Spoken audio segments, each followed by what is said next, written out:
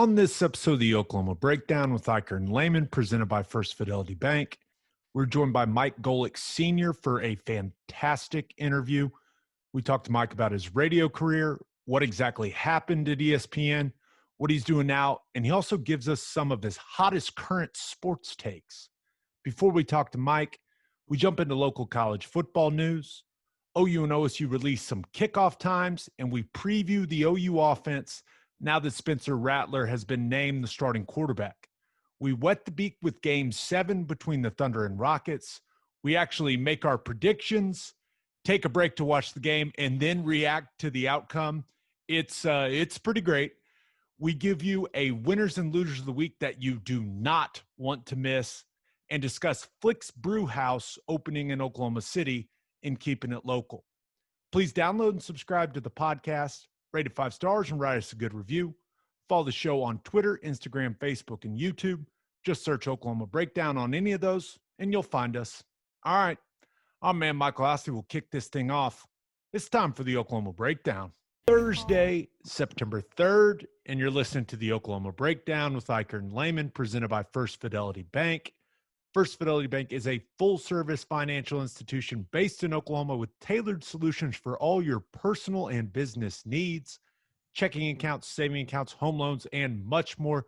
They do it all, whether it's online banking from your computer or mobile banking from your phone. Everything is stress-free with FFB. Making mobile deposits, paying bills online, and moving money to different accounts couldn't be easier. First Fidelity Bank provides free ATMs worldwide, making banking convenient wherever you are. Now, they're still working on that new offer for our listeners, so we will keep you posted on that. FFB also gives back to the community. First Fidelity Bank donates a total of more than $500,000 to local charities and educational foundations. Make your life easier and go bank with First Fidelity Bank. Visit ffb.com for more information. Now, we're recording this on Sunday night, but we changed it up just a little bit, Ted, because normally we record at 8 p.m. on Wednesday night. And the Thunder have a rather important basketball game at 8 p.m. So we've changed it up. Yeah, well, the last thing we'd ever want to do is not have our minds totally focused on the game or totally focused on the podcast, Gabe. You just can't divvy up your time like that, man. You can't. It's all about 100% effort into everything we do. And we were like, we can't cheat the people and record the podcast while watching and screaming very loudly into our microphones during the Thunder game. So we're holding off, and it's going to make Wet the Beak pretty fun because we're actually going to pick the game before it happens and then watch the game and then come back and react to what happened during the game. So I'm kind of excited for that. But the thing I'm most excited about this episode, Mike Golic Sr., and I like to think we handled it well. We didn't fanboy too hard. Now, we are radio guys, and he's kind of a legend, just a little bit. Hey, speaking for yourself on the fanboy deal, I may or may not have been running around my house with, all giddy, but it's fantastic. Yeah. So I've known Mike for a while now. Obviously, Golic Jr. and I are good buddies, and it's a fun interview. So let's not waste any time, man. Let's get straight to it. The local college football news. And that is brought to you by Will and Wiley Hard Seltzer. Guys, stop acting like you're too manly and just accept it. Hard seltzers are amazing, and there's only one hard seltzer that we drink on this podcast, and that is Will and Wiley Hard Seltzer from Coop Ale Works.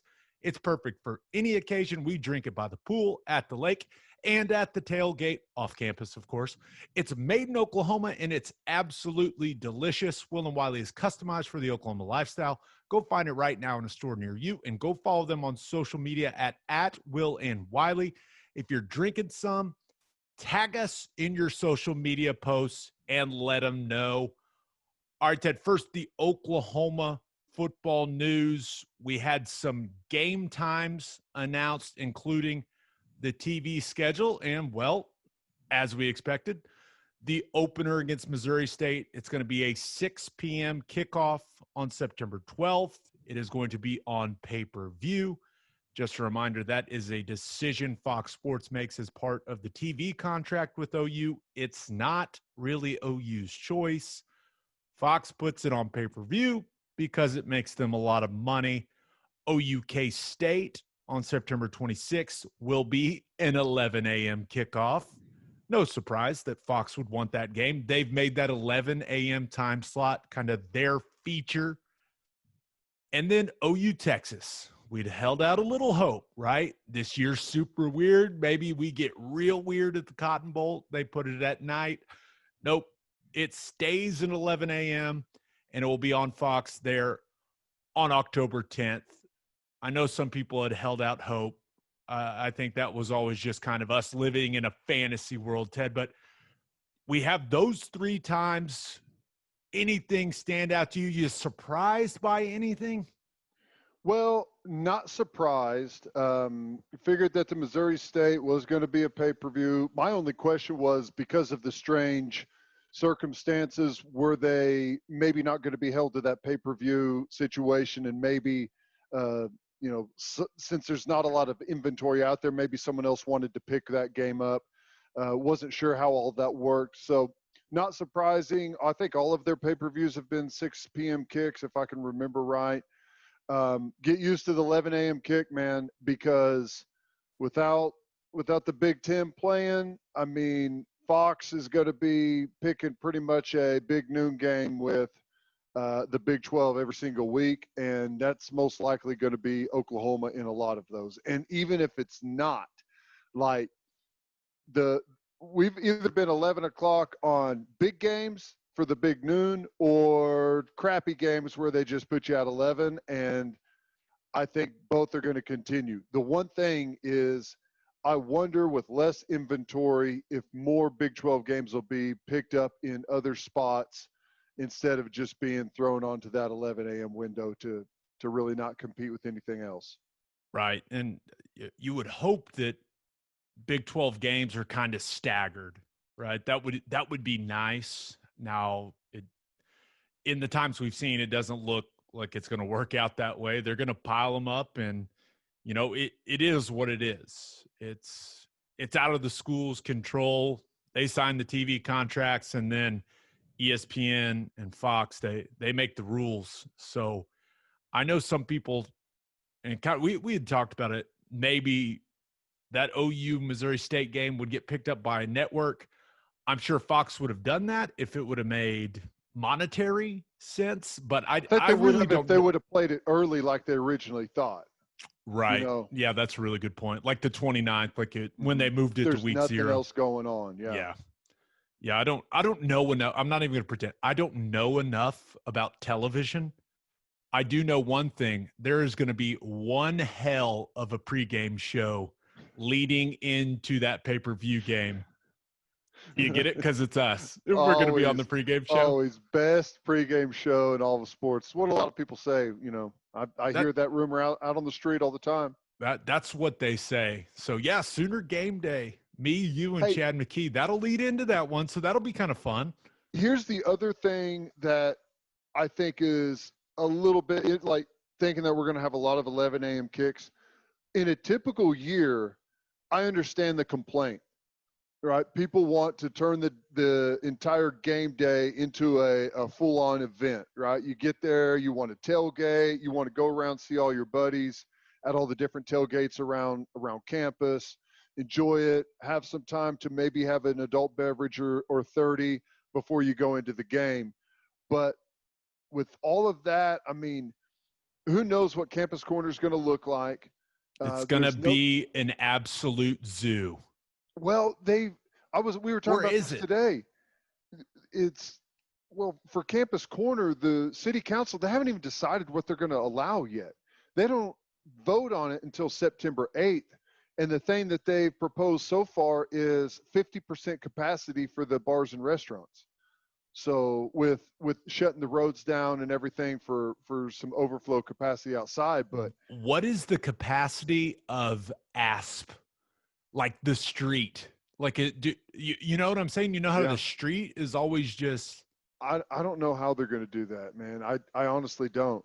But, the kind of the overall thing, though, is like this year, it's going to be more about the game than it is the atmosphere, at least that it's ever been any other year. So I don't think the 11 a.m. kickoffs are nearly as upsetting as they typically are. right. And I kind of asked some people on Twitter about that. Like, does it change your attitude with there not being tailgating on campus, with this whole thing, with the coronavirus going on? Does it change your attitude towards 11 a.m. kickoffs? A lot of people said, yeah. I mean, they did. They were like, yeah, I mean, we watched the game and then we got the rest of our day. That's kind of how we feel because Yeah. we work the games. But there were some people, and I do feel people that are coming from Dallas, people that are coming from Tulsa, saying they got to wake up super early at the ass crack of dawn to get there on time. And yeah, that sucks. That does suck for those people. But I mean, it is what it is. It is Which what is it is. another thing. Like, I wonder if there's going to be, with the limited capacity, and I'm not exactly sure what Dallas's bar and restaurant situation is, but there's no state fair. I bet there's more people that drive down day of for OU Texas than ever before. Right. That's what. And it That's a. still may not be a big number, but if you leave at 5 a.m., you'll be there in plenty of time. We normally go down for OU Texas. We normally go down on Thursday and make an extended weekend of it, and we meet a bunch of people down there. And I can't imagine we're going to do that this year. I don't think I'm going to be staying at Hotel Zaza for 3 or 4 nights. I mean, that doesn't seem to make much sense. But all right, with the season right around the corner. Oh yeah, by the way, Oklahoma State's opener against Tulsa. Teddy, your favorite game probably in all of college football. The Yeah, Turnpike. baby. Turnpike rivalry. Let's go. That game is set for 6:30 p.m. on ESPN or ESPNU. I'm not really sure how they decide that. Maybe it'll be on ESPN here locally. They're on September 12th, but a nice little primetime slot. Hope on ESPN for Tulsa and Oklahoma State. A big stage for Spencer Sanders and those guys to get it going in the right direction early in this season. So that's good. At least they've got a big time platform. They're not on pay-per-view, just saying. No, primetime slot. That's not bad for OSU and Tulsa. I'm anxious to see what Oklahoma State looks like. I think that they've been a little overhyped, but there still is a high ceiling for that team. It's all dependent on quarterback play, and I'm hesitant to say that he's going to be as good as a lot of people expect, but we'll see. Yeah, and a lot of people will see because they're not playing on pay-per-view. I'm not mad because I'll be working, I'll be there, but I know a lot of people are upset about that. Now, since the season is right around the corner, we thought that we would preview OU's offense on this episode. Next episode, preview OU's defense, kind of get everyone ready for the season. And with the offense, just a quick reminder that a lot can change very quickly with the coronavirus testing stuff and the contact tracing and all of that. So this year's going to be weird. That's just a reminder. But Lincoln Riley comes out this week, finally names Spencer Rattler the starting quarterback, and been told that he's really settling in. He's continued to improve in practice. I think probably felt a sense of relief finally officially being named the starter, even though he'd been taking all the reps in practice, right? But now it's time to start talking about expectations for this kid. I mean, he is the first quarterback that Lincoln Riley has brought in, that he has groomed from the ground up, right? Recruited him, brought him in, no transfer, none of that. 5-star guy, number 1 quarterback in the country. And his time is here. I mean, it is. And when you look at it, the realistic expectations are not very realistic. I mean, they're just not there, or maybe they're not fair. But the expectation, Ted, is Heisman finalist, be there in New York City. If they even have that ceremony, we'll see. As a first-year starter, lead the team to a Big 12 championship, college football playoff berth. I don't know if that's fair, but that's what this fan base has come to expect.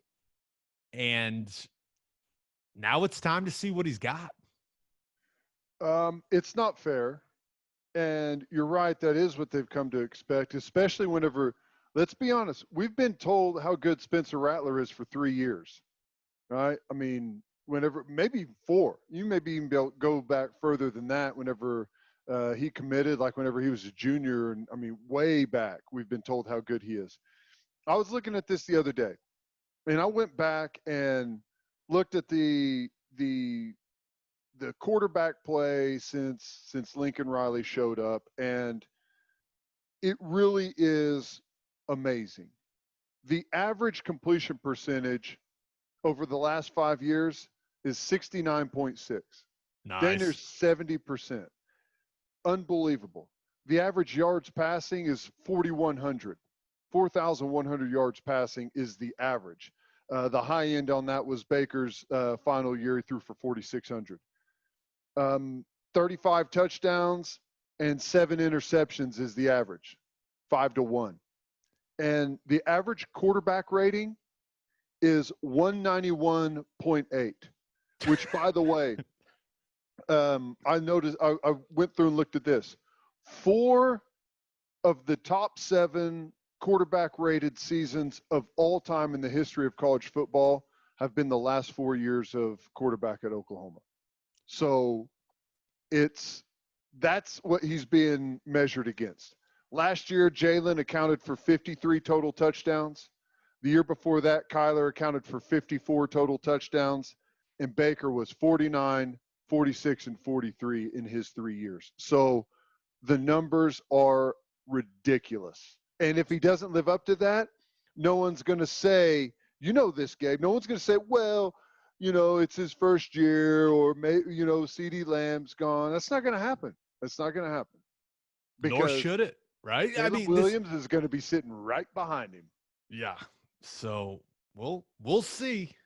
We'll see how he does. Now, first of all, I'm really impressed you did all that math, Teddy. That's a lot of math for you, dude. I'm very proud, but also let's not forget that it's only going to be 10 games and then possibly a Big 12 championship game and then whatever the postseason ends up looking like, right? So the numbers will be skewed just a little bit. He's not going to have as many, kind of teams to beat up in the non-conference, right? So we'll see. But thrown more than 8 interceptions since Lincoln's been here. Do you think he'll throw more than 8 in less games? I mean, I don't know. I mean, I think that's kind of the question. Like, as a freshman, you would expect some of those plays, maybe trying to do too much. Maybe the pressure mounts if he hasn't played well and he's trying to live up to those expectations. I don't know. I mean, the offenses these days, this is a great trend for Oklahoma, but it's really the trend in college football. So I don't expect him to go out and throw 20 interceptions, but 8 is still a really impressive number. Yeah, and the kid, he's got a ton of talent, right? We've heard that constantly from the staff. Now, sounds like things have slowed down for him mentally, starting to get a really good grasp of what they're doing. And your confidence changes. We talk about confidence all the time, Ted. When you're the starter, your confidence changes, your demeanor changes, the way you carry yourself off the field, the way you carry yourself on the practice field, that focus that you practice with when you're a starter, it is different. It is different from, hey, I'm in a competition to, hey, I am the guy. So it's time. It's Spencer Rattler time, and the expectations are what they are. And that's just how it's going to be. There is not a position in the country that has higher expectations than the quarterback position at the University of Oklahoma. And I cannot wait to see what he does. It's going to be wild. The one thing you got to want. Offensive line really is the centerpiece of everything. If the offensive line's good, the quarterback's going to play well in this system. Um, I wonder if he's going to have the wide receivers to throw to that the previous quarterbacks have, because they've had an embarrassment of riches. We feel like maybe there's a couple of guys that could really break out, but at this point we just don't know. That's one of those things that you just got to kind of wait on and see. Yeah, let's go there. Let's continue this offensive preview with the wide receiver position for Oklahoma. Wide receiver depth it's probably the biggest concern for the entire offense. I'm not sure, Ted, if they have a go-to guy or not. I think Rambo, he's going to have some big plays, especially utilizing that speed. I'm not sure let's go with the lack of creativity he's shown when it comes to run after the catch. I'm not sure he has the ability to be a 1,000-yard type guy. Maybe he does, but between Theo Howard and Obi Obialo, those guys should be solid contributors. I think we're all expecting Theo Weiss to make a big jump. And then one guy that I keep hearing about is Marvin Mims. I mean, they think he can be a special player for them, especially down the line, obviously a young player. But he's going to get some chances because he's been pushing Rambo to get on the field. So I think they have a lot of good players. Are any of these guys as good as CD Lamb right now? No. Could some of them be? Maybe eventually. But I think it's good to have more options. They might not have that elite option, but they've got a lot of good players that they can put on the field at the wide receiver position. Yeah, I mean, I think one of the interesting things, and we've talked about this before in previous um, episodes, is the chemistry issue, and how long does that take for everyone to get on the same page together with all the time that they've missed this year with the new quarterback, a new group of wide receivers. I wonder how much that hurts them. But I do think there's some really good athletes in there. I wonder if it stunts anyone's growth, maybe that they aren't going to get nearly as much of a chance to kind of, mentor under guys or learn from other great wide receivers in front of him. Remember, CD was a freshman, and he had Hollywood there in front of him. He had D.D. Westbrook there in front of him.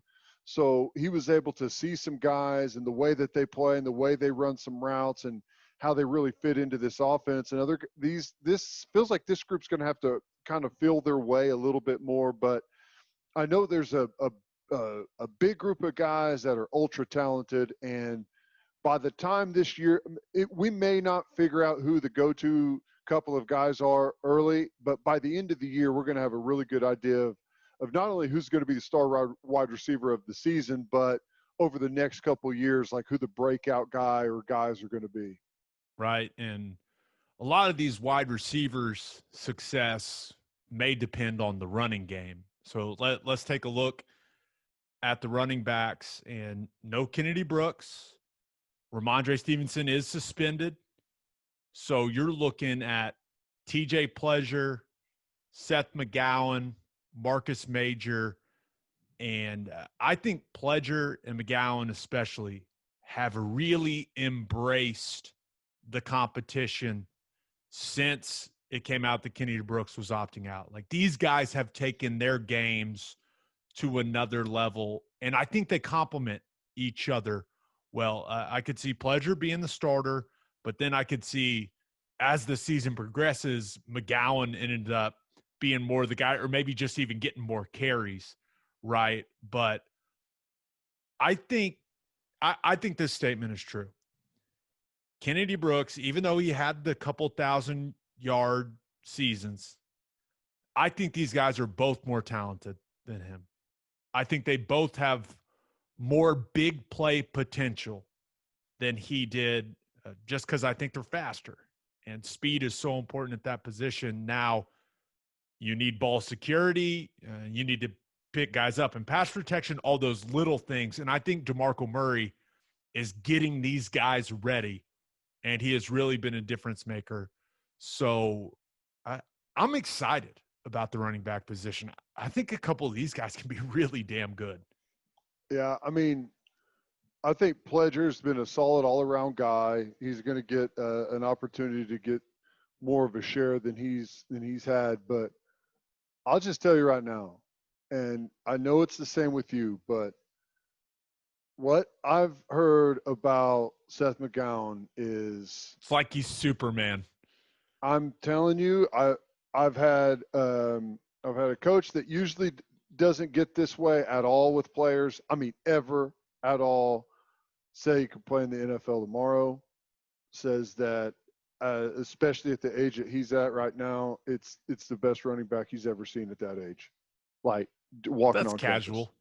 Casual. So that's oh my God, I'm so excited. I mean, what do I do? So it's like you put him in this offense as spread open as it can be, and with that offensive line, I mean, if there's truth to that, I don't know that there is. You know, sometimes people can get ahead of themselves, but you know, we've seen one little flash in helmets, no shoulder pads, and maybe he got tackled in the backfield. I don't know, but it was still like the greatest clip I've ever seen for just like wearing pajamas practice. I mean, that sidestep in the backfield. But that's the thing. The rumor is he will absolutely run you over, but he'll also make you miss. And I've talked about this before. You remember me saying it. Whenever you don't know which one it's going to be, that makes it way more difficult to bring a guy down. Yeah, I'm sure the players at Missouri State, with no film on him, I'm sure they're going to be pleasantly surprised. Now, another position that the coaching staff thinks can be a real strength for this team, especially with the, kind of the formation and personnel versatility they bring, the tight ends and the H-backs. When you look at Austin Stogner and Braden Willis and Jeremiah Hall, it gives them so much of that versatility, and it can make it really tough on teams. I mean, you know this better than anyone, Ted. It can make it really tough on defenses, knowing what personnel they have to have on the field, what personnel they need to match with when these guys have these versatile skill sets. And I'm told that if I should buy one player stock on this football team, it should be Austin Stogner. That he has added weight, he's added strength, he's developed his blocking ability, but he also is going to give them a big-time threat catching the ball in the middle of the field. And that is something that this offense last year, it didn't really have that big-bodied guy that could go battle in the middle of the field. And with the lack of depth at wide receiver, even though we think there's some really good players that are going to put up some good numbers, Stogner becomes critically important for this offense, because if he can occupy the middle of the field, that opens things up for the guys on the outside.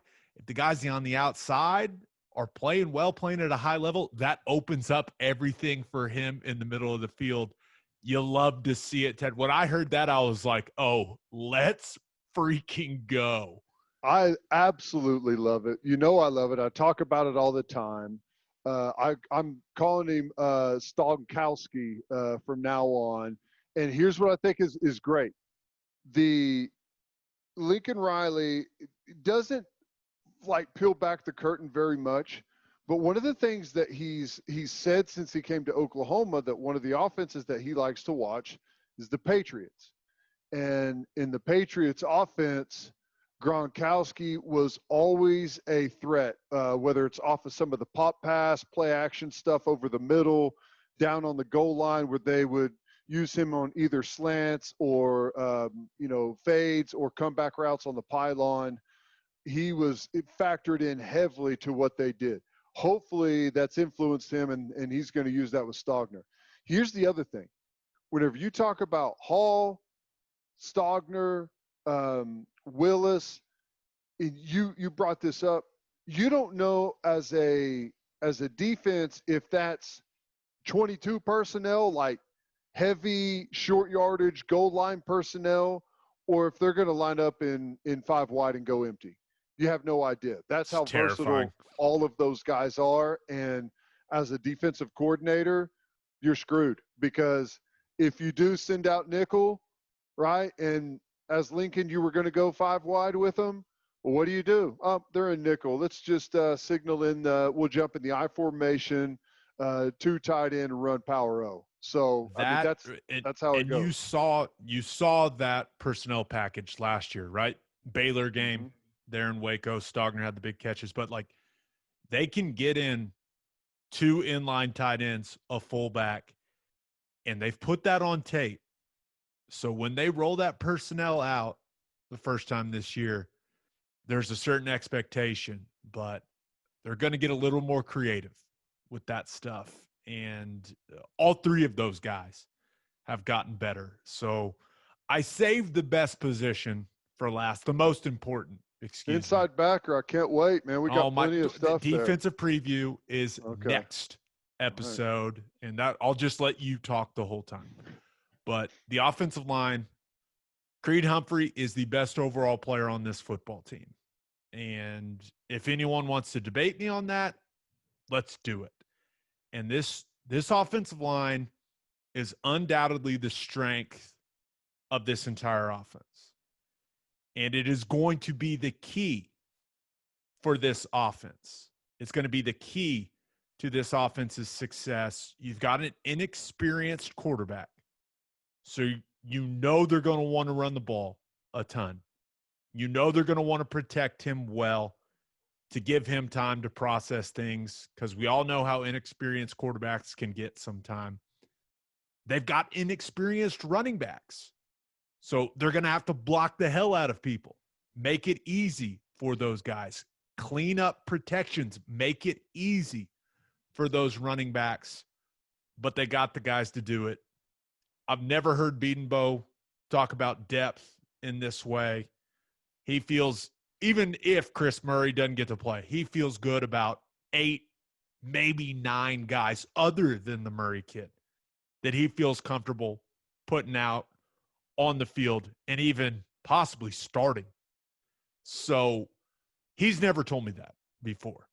So he feels great. And once again, the Rame kid, he's going to be a monster, an absolute monster. Now you got Ely, you got Hayes, you got Robinson, obviously Creed, Swinson, Wilkins, Rame, Harrison. Like, you've got some guys that can play some football, and this is the year to have depth at position, and offensive line may be the most important to have depth at this year with all this crazy shit going on. So I am fired up to watch these boys play. Do they have any feeling on Murray? Because I feel like that is. I mean, shouldn't he be eligible? Why should every kid that transfer? Why not just make him eligible? Why not? Well, I mean, I agree with that, but the other part of it is, it's like negligent of the NCAA to allow training camp to go on this long for a guy that could be a contributor and have no idea what's going to happen one way or the other. I mean, you could be playing him as a starter, and the NCAA is like, oh, hey, by the way, I forgot to tell you guys, nope, he can't play this year. So, I mean, yeah. I don't know. It's frustrating. I don't know, but and by the way, I did see that the NCAA furloughed 600 people, so I don't think anything's going to be happening faster. Yeah, I think things are going to slow down over there. We'll see. That's the best answer. And then it's going to be interesting. The offensive football played in this state is going to be damn fun to watch, because you look at OU's offense and kind of the expectation, what Lincoln Riley's done, and then you look up there in Stillwater, Spencer Sanders, Tylan Wallace, Dylan Stoner, Braden Johnson, Chuba Hubbard. I guess the big question is the offensive line. But there's going to be a lot of dudes in the NFL from these two teams offensively. A lot. And I'm I'm wondering which one of these offenses is going to score more points. I think it's going to be close. I think Oklahoma State's going to be damn good on offense, dude. I mean, their offensive line isn't going to be nearly as good as Oklahoma's.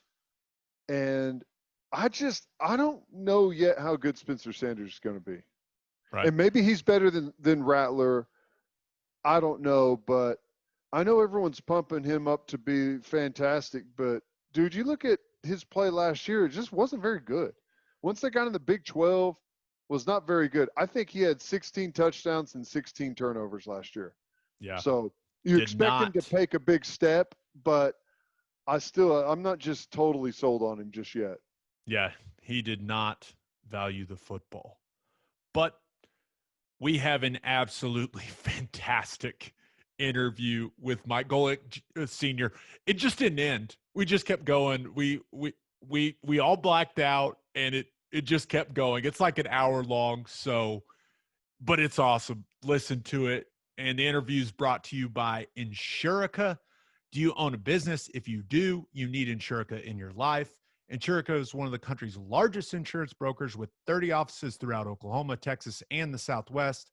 Insurica is able to customize programs by accessing the latest information from many insurance carriers.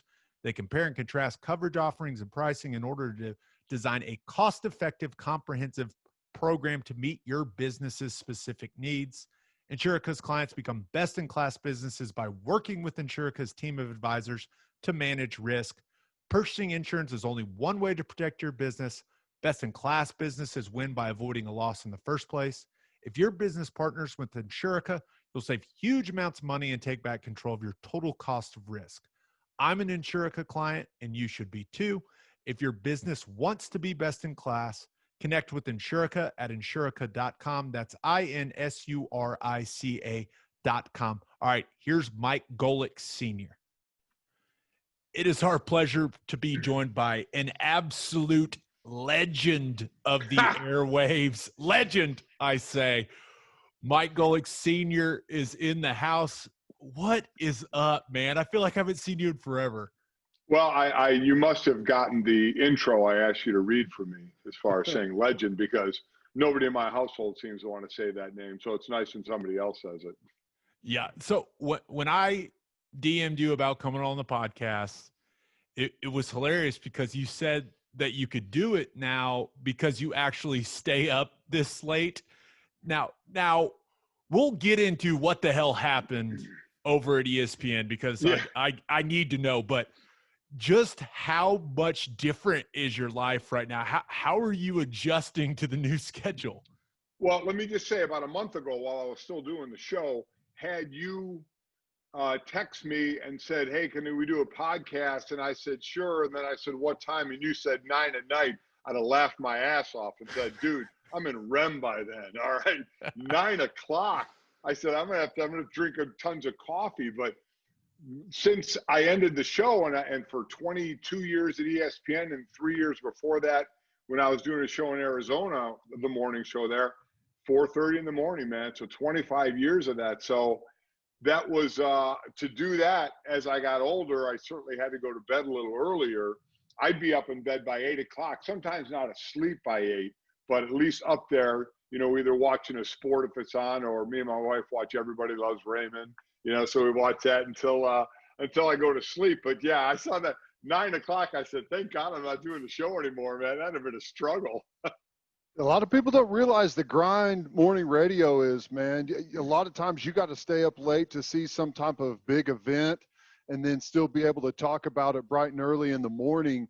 I mean, that's an absolute grind, and you did it for a long time. Is that kind of been the one thing as you've changed up your schedule, that just the ability to not every single morning, because the mics always go hot when they go hot and you've got to be there. Having a little more flexibility has got to be the greatest thing ever. It's wild, quite honestly. I mean, you're right. You get up at 4:30 and I swore every day at 4:30 I got up and I cussed, because you never get used to 4:30 in the morning. But then as the day gets rolling, like you guys know, as you get closer to a show, you kind of get going a little bit. Even if it's 5 in the morning, you kind of get into ESPN or the last few months here, it was in my basement where we had the studio set up because of COVID. But, you know, everybody starts talking about sports. You start to get your packets, your information. You watch the game before. And what was great about what I could do is if I couldn't stay up for the whole game, we have the ability to watch everything compressed. You get up a little earlier. Sometimes I get up at 4:45, and you can compress something and watch it in 15, 20 minutes. So you can get all caught up with everything. The hardest thing, and I'm still not over it. I mean, it's been a few weeks now since I haven't had to get up. Since July 31st was my last show, is I still kind of wake up half-assed a little bit now at 4:30 and then just kind of go back to sleep because I know I can. So I'm wondering when that will end, and I'll actually like sleep through to 7 o'clock. I'll be like, oh my God. So Mike, I know just from, you know, talking to Mike Jr. about it, it's just like you were really caught off guard by what ESPN told you, like it when they told you they were going a different direction. Like, what the hell happened? I was so confused because you've been doing it for so long, and I at least thought that if they were going to move in a different direction, they would at least give you a heads up. I mean, that was shocking to me, man. When the new year, because my deal's up at the end of the year, when the new year started, when 2020 started, that's usually when I would start renegotiating the next deal. And when that didn't happen, you know, they kind of said, we're not sure what direction we're going to go yet. You know, meaning, are you going to stay? Will you stay with the show? Will it be a new morning show? Will you not be with radio anymore? So there was kind of an inkling do they want to continue this? But then when the process started, and certainly, you know, with what was going on in the world with the pandemic, I mean, which was just horrific, obviously, for everybody.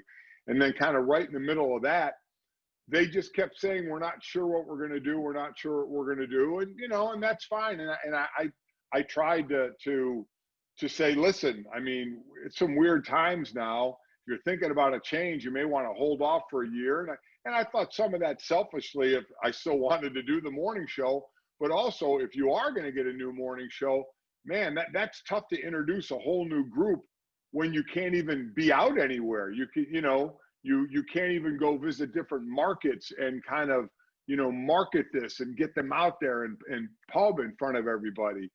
And it might be tougher for them, but, you know, I guess it's a direction they wanted to go. And basically, I still wasn't sure what was going to happen. And then, as I said, it's pretty much been out there. I said, I read it in the paper, you know, that a deal had been done, you know, and so I kind of, there was a thought that maybe it wasn't going to happen, but I thought before, you know, it came out, I thought they'd give me a heads up and say, hey, we're going to go in a different direction. So, you know, and when the stuff started coming out in the paper, we even tried to reach out and say, all right, is this happening? Just let us know, you know. They're like, we're still not sure. And then, you know, they were. And so it wasn't the best ending in the world. I obviously went on record and said I wasn't happy the way it ended, but I equate everything to sports, you know, and a lot of it to football. Is I got cut by the Houston Oilers, and then I got cut by the Miami Dolphins. And I disagreed with that both times. I didn't think I should be cut, but you know who didn't give a shit? The coach. You know, they cut me. So I didn't think they should have ended the morning show and should have let me keep doing it. But you know, they were going to do what they were going to do. So it doesn't matter what I think. Well, you kind of, the rocket ship of, you know, sports talk radio and ESPN and everything, you were kind of along for that ride. And there was, I'm sure, a changing environment with salaries and contracts. You know, now you're doing TV stuff with the radio show. So I'm sure throughout, I mean, you probably had some tense negotiations throughout, didn't you? Actually, in all honesty, they all were except for when Mike and Mike ended. That next negotiation was an interesting one. I did the 3 more years with Trey and my son Mike, and then obviously there was nothing after that. Before that, because you know we were we were riding the wave pretty well. So it all kind of went pretty smooth. I started at first with Tony Bruno back in '98. That was the first ESPN morning show that he and I started. And then after a year, he had left, and then Greeny and I got going on that. So we, right place, right time. We had really good chemistry. The show kind of took off, and it all ran pretty smooth until, a few years before that ended. And then, it's while I've enjoyed what I've been doing, and quite honestly, working with my son, to be able to turn on a mic and work with your kid like I have for the last 3 years will be the highlight of my career. But 22 years, you can't expect them all to be just run smoothly. Something's going to be a little rocky, but it's the way it goes. Now I'm so curious because I know people ask you about Greeny all the time and kind of where that relationship is, and that just how different is it doing something for that long? Because I mean, you and Greeny were together for what? I mean, damn near 20 years or something like that. And then you and Wingo had a good run as well. It's like all of a sudden those relationships end. What's that like? Well, I mean, it's this one. I kind of find out it was ending, kind of like traded as well. We kind of found out like, oh, okay, I guess this thing's going to be over, even though there was an inkling that they might change. With Greeny and I, that one kind of caught me off guard a little bit. The way the guy who was running ESPN at the time, basically said, I'm going to break you guys up and go with 2 different shows. And I thought, wow, that's kind of wild. I thought it was going pretty well. And listen, if Greeny wanted to go do something different, he wanted to be on his own, and everybody has a right to do that. It's their right. Now, the inner workings of which, I'm not a big locker room talker of some of the things that went on, I wasn't real happy with. But the bottom line is, everybody makes their choices on what they want to do, and Greeny wanted to move on, and he moved on. Greeny and I, we got along extremely well. We didn't know each other before we started Mike and Mike, and we lived an hour and a half from one another. We never really saw each other a lot. When that show started, my kids were 10, 9, and 5, and he had no kids. So his kids are way younger than my kids, and we lived very far from one another. And I remember him saying he would, while our show was, Mike and Mike was going on, a couple of times he hosted when Kelly Ripa was doing, the morning show. And he co-hosted with her a couple of times. And he said what was interesting about that show is they never really talked before the show about a lot of things. So they went in with kind of, their own opinions without going over them. And that's kind of what we did as well. Greeny brought that up, and it worked pretty well. We would start to talk about something in pre-show occasionally, and we'd be like, oh, save it for the show, and not really bring it up. So like I said, he came from an hour away. I came a different way away. So there wasn't a whole lot of interaction outside of the show. The show worked incredibly well.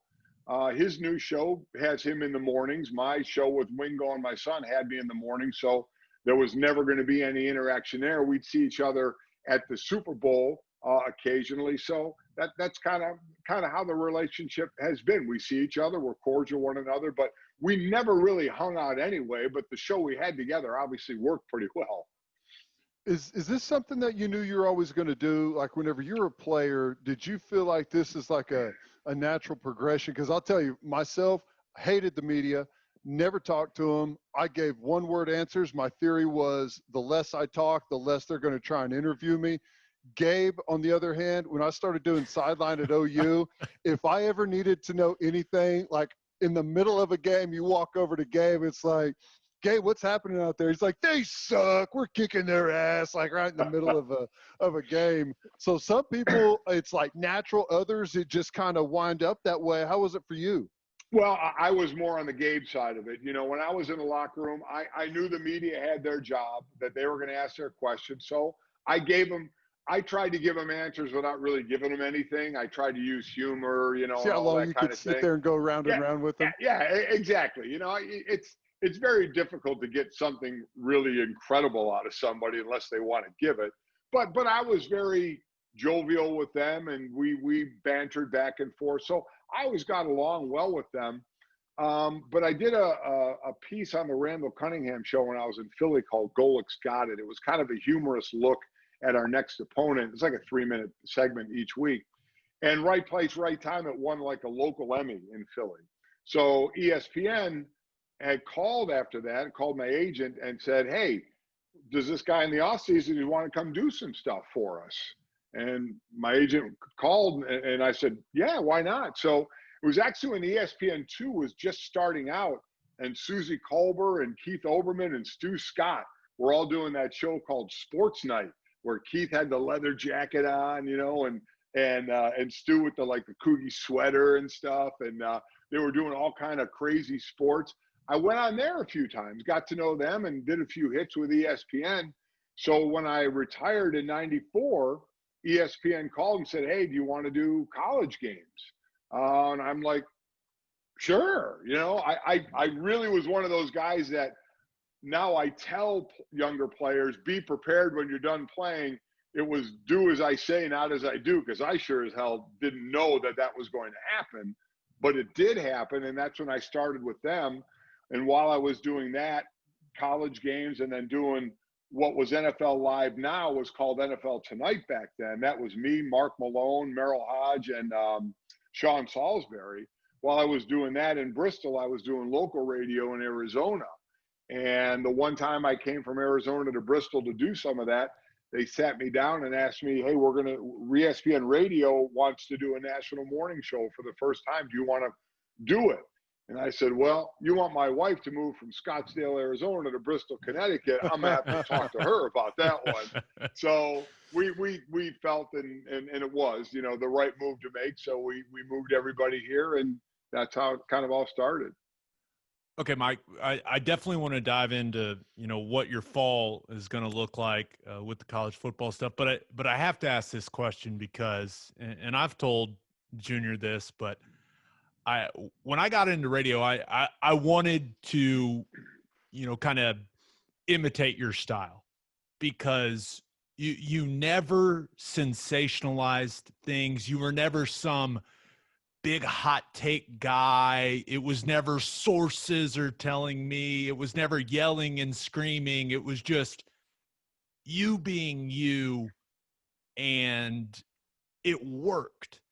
So as you see kind of some of these sports media personalities, you know, going the hot take route, how did it work from you? How were you able to stay away from the temptation of turning into that guy? You know what I mean? Oh, yeah. I know what you mean. It never entered my mind. And, you know, it's as simple as, and I always tell my kids this in certain situations when they're going to be doing something. And I certainly told this to Mike getting into this business. It sounds like the simplest cliche in the world, but it's something my dad always told me is just be yourself. And it rings so true, especially even when I started radio in Arizona. That was a 4-hour show. And then at ESPN, it was a 4-hour show on radio and TV. I couldn't be someone else. If I tried to put on that hot take act, which wasn't me, or that sensationalizing something, which wasn't me, that meant every time that microphone went on, I would have to go into that mode. And man, I just think, A, first, people would figure that out. And B, that's just not me.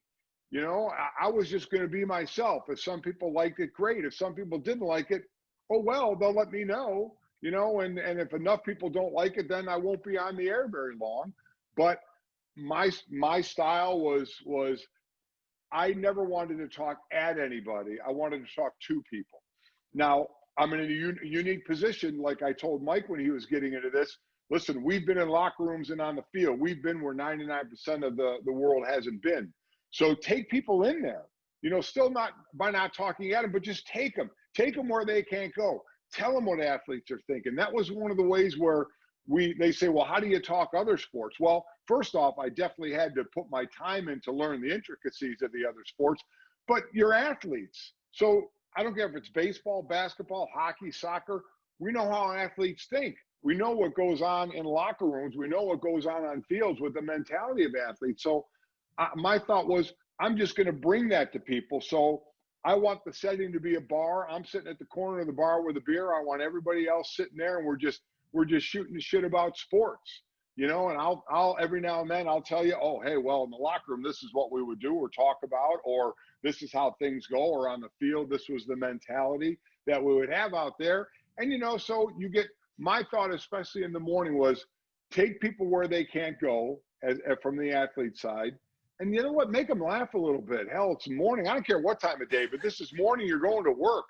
Make them laugh a little bit. So I'd be a little self-deprecating, which I've always been. Try and make them laugh a little bit, and maybe, take them inside on something and tell them something they may not know about, a locker room or a weight room or a field. And I was good with that. I would think that's a fantastic way to look at it, and a great philosophy that probably works anytime other than this year when there's no sports. Yeah. And we're talking about a virus for the last 6 months. I mean, just take us inside, like kind of your thoughts about what's gone on, what you think is going to happen in the future, just kind of the mess we've been living through for the last 6 months. Well, the first thing I when this was going on, I mean, this started, and then obviously the social injustice starts, with George Floyd, that murder. So the first thing in both those situations, I said, we are not going to be experts in this. So while I'm not somebody who likes to have a lot of guests on my show, a 4-hour show, hell, if we have one an hour, I'm good. And that's during sports time, to either insiders or other ball players or something. I'm good with that. I don't like a lot of guests. But in this situation, I am never afraid to admit I don't know. You know what? I don't know anything about this pandemic or the coronavirus, or so for me to say you should do this or you should do that. And certainly when George Floyd was killed and the protest started and the social injustice and that was going on, I sure as hell don't know what's going on in that situation. So we said as a group, as a show, we need to bring people on and we need to listen. You're always taught to listen to your guests. You may have questions, but you better listen to your guests because they may say something that will, make you think of a different question to follow along. Well, that was this. I said, we need to bring in people in both these situations who we need to listen to and learn from. So that's what we really tried to do, especially in the beginning of this, is try and learn from it all, because then you get asked, hey, would you play? Would you send your son to play? I mean, in the beginning, I'm like, man, I don't know. But after a while, when you start to see what's going on, it's amazing where we are, though, isn't it? One guy, Rudy Gobert, gets the coronavirus, and basically the NBA shuts down and everything shuts down. Now we have players testing positive, way more than one, and now they're just kind of plowing through and saying, okay, quarantine them. And that's what we found out through this. I'm sure you guys as well. You learn something new every day. You learn to deal with it differently every day. I had said if I was a player, players want to play, I would have gone and played in college. And they said, would you send your sons? I said, yeah. I said, if they had a plan, I said, this is one where the coaches would need to talk to the parents and the administration would need to talk to the parents. I would need to hear what the plan is. But I would think I would send my kids to try and play as well. I mean, before all the students get on campus, they're like in basically a mini bubble anyway, as we all know, doing like those summer workouts and such. So, but man, it's a tough situation. And now the Big Ten and Pac-12 deciding pretty quickly that they're not going to play. And now the Pac-10 kind of backpedaling a little bit because the other 3 Power Fives are going to play. And the one thing you just don't want it to get too political, right? I mean, you really hope when they say player safety first, you really want everybody to mean that.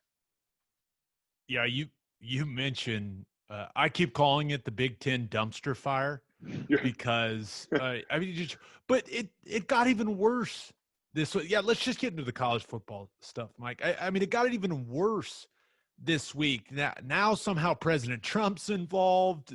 They're having calls. Like, it comes out that the vote was 11-3, so it wasn't even that close. And now they're talking about Dan Patrick comes out and says, hey, it may be October 10th. I mean, what the hell is going on up there? I don't know. I mean, how different. It's amazing. The Pac-12, you've heard nothing Nothing. Not anything from the players, not anything from the parents. In the Big Ten, there's been an uprising from the players and the parents, all signing petitions and gathering in spots saying, we want our kids to play.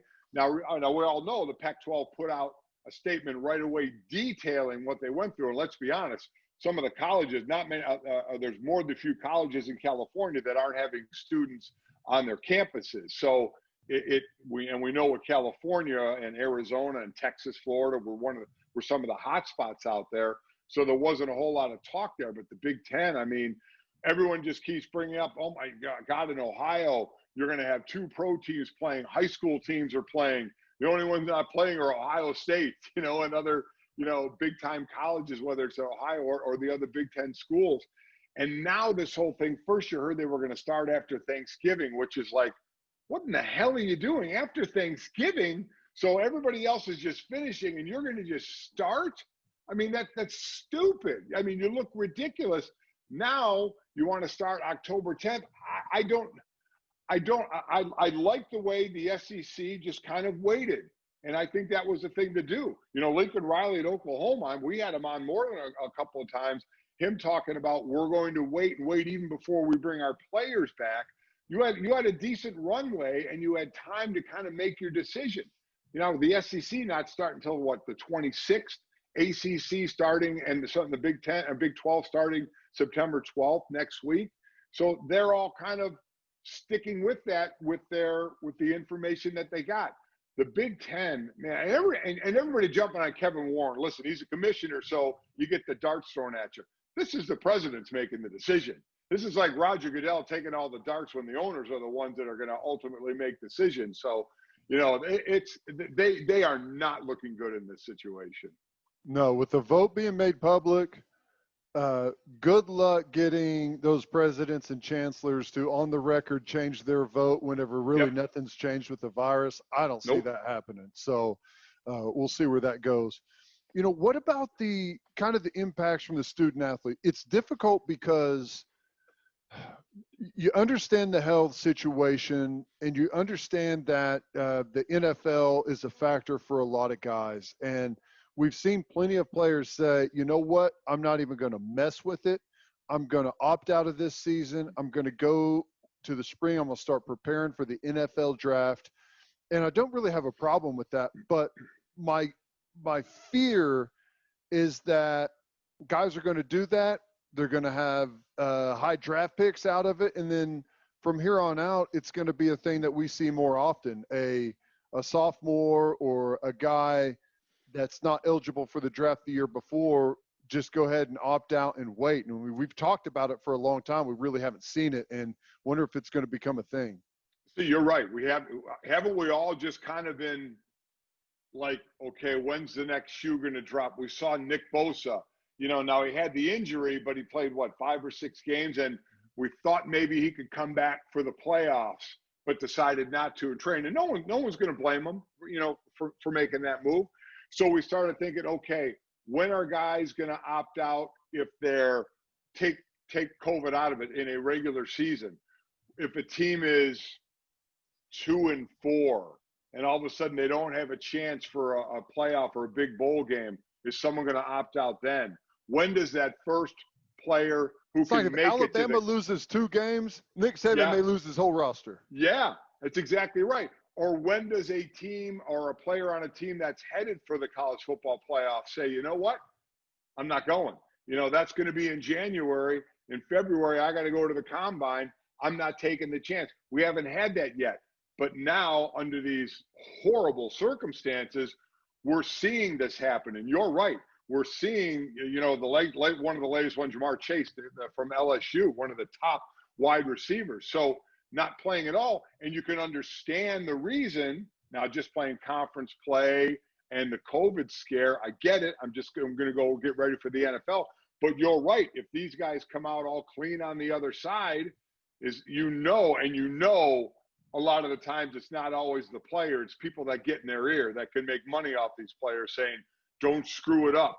Just sit out the season. Go train. You're going to get guaranteed money. Now, let's also be honest. That's going to be if it did happen, unless you guys disagree, it would be a very small group of people that are just destined for near that top of the draft. I'm not sure how chancy others would do it in a normal year and skipping the whole season. Right. And, maybe that does start a trend, but I'm with you. I think there'll be a handful of guys. I mean, there's really not that many guys that could be like, yeah, I'm for sure a top 10 pick. Now, yeah. And real quick, I said the word chancy. Is that even a word? Can we make that a word? It is now because Mike Golic Sr. don't chant. It's the word of the show. Chancy. There you show go. of the word, right. Word of the show. I don't know. I can't speak. I suck. I don't know. Mike, now one thing through all of this weird shit, one thing cool that has come from it is we're going to get to see Notre Dame in a conference. Yeah. You're a Notre Dame guy. Your kids went to Notre Dame, played at Notre Dame.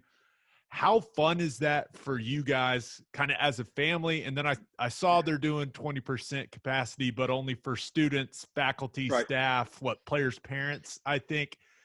I wonder how that's going over. You could be able to sneak in there. No, I won't. I mean, I got a house right there and tickets. I got 4 season tickets there. And no, but you know what? I understand. This year we just have to accept what's going to happen this year. I mean, would we like it all to be normal? Yeah, but it's not. So you just got to deal with the situation. I get it. I understand it bums me out. I love going to the games. I love heading out there and hanging out on weekends. I love it. But it's just not meant to be this year. Just like the everyone's always got on me. Oh, Notre Dame needs to join a conference. Oh, now they're going to join a conference. No, they're not. They're going to join it for this year. They're going to split their money. They're going to split all their NBC money with everybody else in the conference. And we know the conference is not 2 divisions, it's just 1 division now, just 1 big division, kind of like the Big 12 is. And they'll play it that way this year. This year is an exception. It's not going to be the rule. The only way Notre Dame will join a conference, and if they do join a conference, it will be with the ACC, because I believe for the rest of their sports, it's like a $50 million buyout if they go to another conference. And while Notre Dame has a lot of money, nobody wants to just give $50 million away.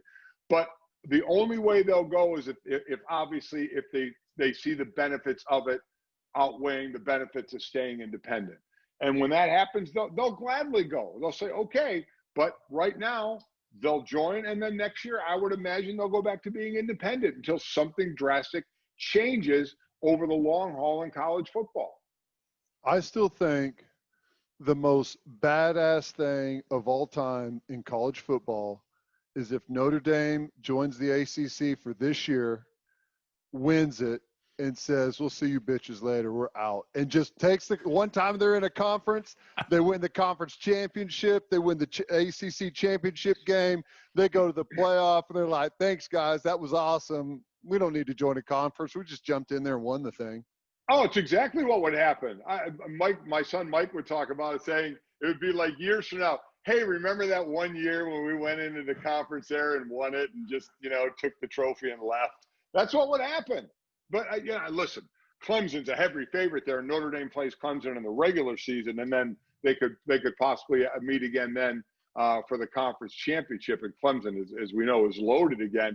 But that's what it would be. They would take that trophy, and in the trophy case at Notre Dame, it would be 1 ACC championship trophy. Again, like I said, unless something drastically changes, and that would be it. And it would be like, yeah, we remember that year we went into the ACC and won it. So, Mike, are you having to pay a little closer attention to I mean, I know everyone's not playing, but with your new role, I saw the broadcasting stuff come out from ESPN. And what you're going to be calling games sounds like what, you and Dave Pasch, are you going to be going to games, or is it going to be a studio thing? How are you guys going to do this whole thing?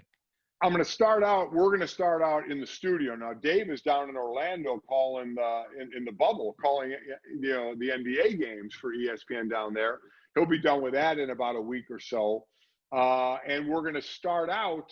There's going to be some groups that start out on the road, and some of us, we're going to start in studio. Now, Mike and I called a couple of games over the last few years, and we did a couple in the studio. The Hawaii Bowl a few years ago, we called from the Bristol studio, which really pissed me off because I wanted to go to Hawaii. Yeah, it's exactly right. It's exactly right.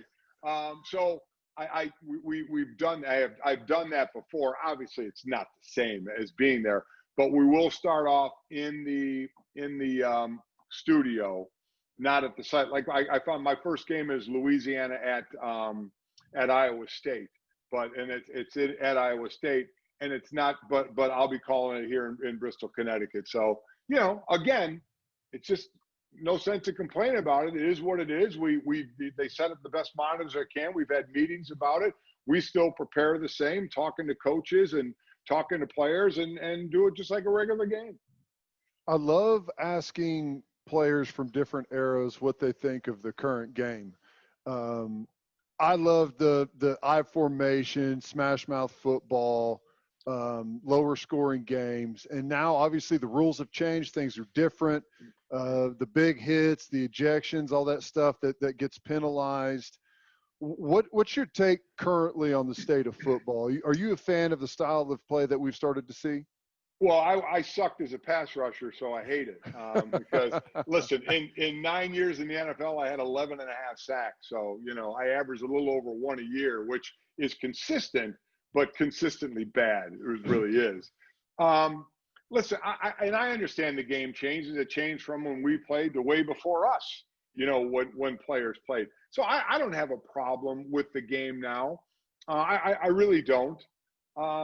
I know that running backs, if all I know is if I have grandkids and coach wants to make them a running back, I'm going to say, you better split him out because he ain't playing running back because that position is getting phased out. To your point, the old 3 yards in a cloud of dust, man, that part is disappearing. If you're not a Christian McCaffrey, or Zeke Elliott or Saquon Barkley, someone who can not only run but catch the ball out of the backfield, you're not going to last very long. It's become a lot more situational than even back certainly when I was playing and before. So it's just different. I don't really look at necessarily like people ask me that about the NBA. Oh, the NBA, they're softer now. Well, they just play by different rules. That's all they do. Because people said, oh, LeBron never could have played in the 80s. Well, if LeBron was brought up in the 80s, he would have been able to play in the 80s because that's the way he would have been brought up to play.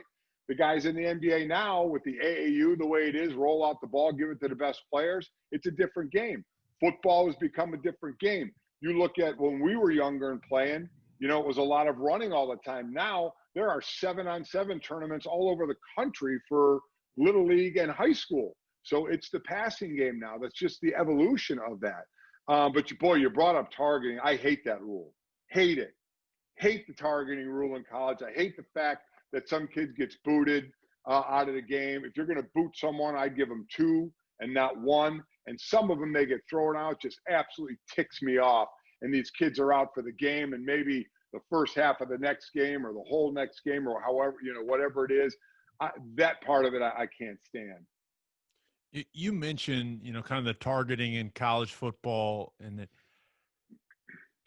I'm so interested to see what the NFL looks like this year, Mike, especially early in the season with no preseason games. And as a guy that, got cut, how many times did I get cut? I don't know, 8, 9, whatever it was, but lived at the bottom of the roster. And my career relied on the stuff I put on tape in preseason games. That's how I kept getting picked up.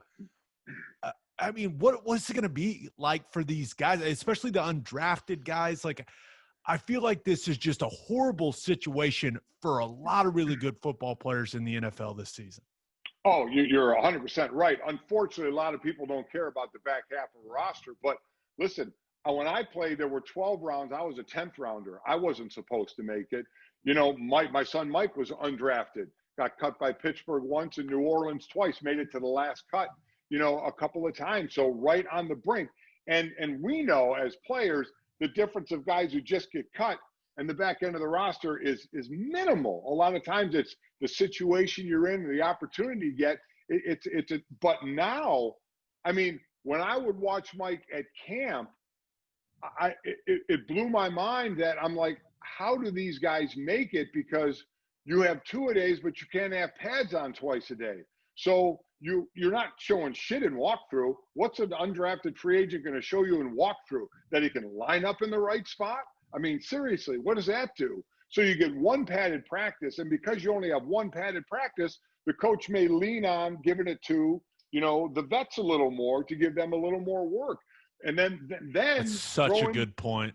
Then throw in this year where there's no preseason games. I remember there was a kid who got drafted years ago when I was in this business, and I was still calling college games at. He was going to be a senior and go to the NFL. He said, "What do I need to do at camp?" I said, "Make the coach stop the tape. Make the coach stop the tape in camp. That you stood out that way. That's what you need to do." And I said, the shame of it is you're only going to get a few reps to do it, and that's it. And then you get your preseason games, but now they don't even have those. But unfortunately, it's a part of the roster that not many people outside of us and our families cared about much. But to your point, they are screwed. They are in so much trouble. You're going to see a lot of changing at the back end of the roster, I think, throughout the year this year. Now, you played in the 80s, early 90s, and that was really before the big explosion for the contract situation. We just had a guy sign a contract for $500 million. Did you ever imagine anything like that would happen? No, never. Never would I have imagined that we'd mention a football player with a baseball player. With Mike Trout making the $400 million and a couple guys in the $300 million as well, even though those are fully guaranteed, but Mahomes isn't fully guaranteed, but we know he's going to make hundreds of millions of dollars. No, I never did. And in all honesty, it's an outlier because it's not like Lamar Jackson or, whoever, who's the next big quarterback outside of Lamar that's going to be looking for Deshaun Watson. No way. The first thing the team will tell Deshaun Watson's agent and Lamar Jackson's agent is, don't even bring up Mahomes' contract. just don't do it. Just not don't happening, do it. Okay? Just don't do it. So so that's not going to happen. You're not going to be able to. All the quarterbacks aren't going to jump for joy and say he just raised our minimum. No, he didn't. That is such an outlier. But good for him. I mean, what he's done. I mean, now getting the Super Bowl ring, getting engaged to his high school sweetheart. My God, Pat Mahomes is just living right now. Good for him. But the salaries now, it is great. It is so much better than certainly when I played. My first year salary as a 10th rounder was $62,000. The rookies now have a minimum is $500,000, $500,000. I mean, and good for them. Yeah, it was but like it just shows how it changed. Yeah, it just shows how it changes over the years, And I'm not one of those old guys that said, "Oh, look what these guys are making, and I didn't make that." Man, that's just the way it goes, man. It's timing. They hit it right. Good for them. Shit, I bet you felt like a millionaire with that $62K, though. Dude, I'm coming out of college. I get a 17.5 signing bonus, which I bought used to buy an IROC with the T-tops that got stolen down in Houston twice, which we won't even talk about. Yeah. Twice? IROC, you found it after the first time? Twice. After the second time, it got stolen. I reported it. They said they found it. I said, just tow it to the dealership. I don't want that piece of shit. I bought a Jeep Wrangler after that, I think. But yeah, 62.5. And this is and so I broke my ankle my rookie year. So I was on IR. I was back on IR. We were on IR for the whole year. So I used my brother Bob's agent, IMG. Now they had monster players, and they just took me because they had Bob. I'm like a tiny fish in their monster ocean, right?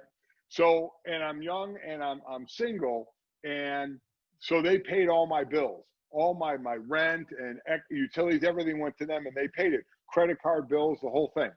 So I'm on IR. So I'm in Houston. I'm going out. I go out to the bars to eat, and I buy drinks give a credit card and buy drinks for people, blah, blah, blah. About 3 months into the season, my agent calls me, and he said, just because you have a minimum on your credit card doesn't mean you have to hit it every month. I'm like, oh, I mean, I had no idea what I was doing or spending. And I got married like my third year into the league, and I've been married for 33 years now. First thing my wife did, she said, we're taking all the expenses now. We're handling everything right now. So that helped an awful lot. Yeah, I did. I felt like an absolute millionaire my rookie year. Now, you've had this just ridiculous radio career. And since you told me to bring people inside the locker room, I have to ask you, like, when you look back on your football career, we all have those one or two memories, right? Where when someone asks, hey, what was your favorite game? What was your favorite moment? Something pops into your head right away. Do you have one of those? We were, I have a couple of those. The one year in Philadelphia, we had Jim McMahon had signed. That was when Randall got hurt in game 1 against the Packers. Bryce Pop caught him in the knee, and we brought Jim McMahon in. And McMahon, there's stories enough about Jim, but it got to be wintertime, and we went down to walk through in the vet. This is back before they blew up the vet, and we got in a snowball fight. Now Jim's our starting quarterback now, so the snowball fight made it up into the locker room, and somebody came up behind Jim and was going to hit him in the back of the head and rifled a snowball at him right as Jim turned around to hit him right in the eye. Right in the eye, and I mean, he went down, and we're like, oh my God, we just one-eye blinded our starting quarterback. I mean, that's something I'll never forget. One of the most amazing things I ever saw was Reggie White, who was a freak of an athlete, 6'6", 315. I watched him run a 4.6 40.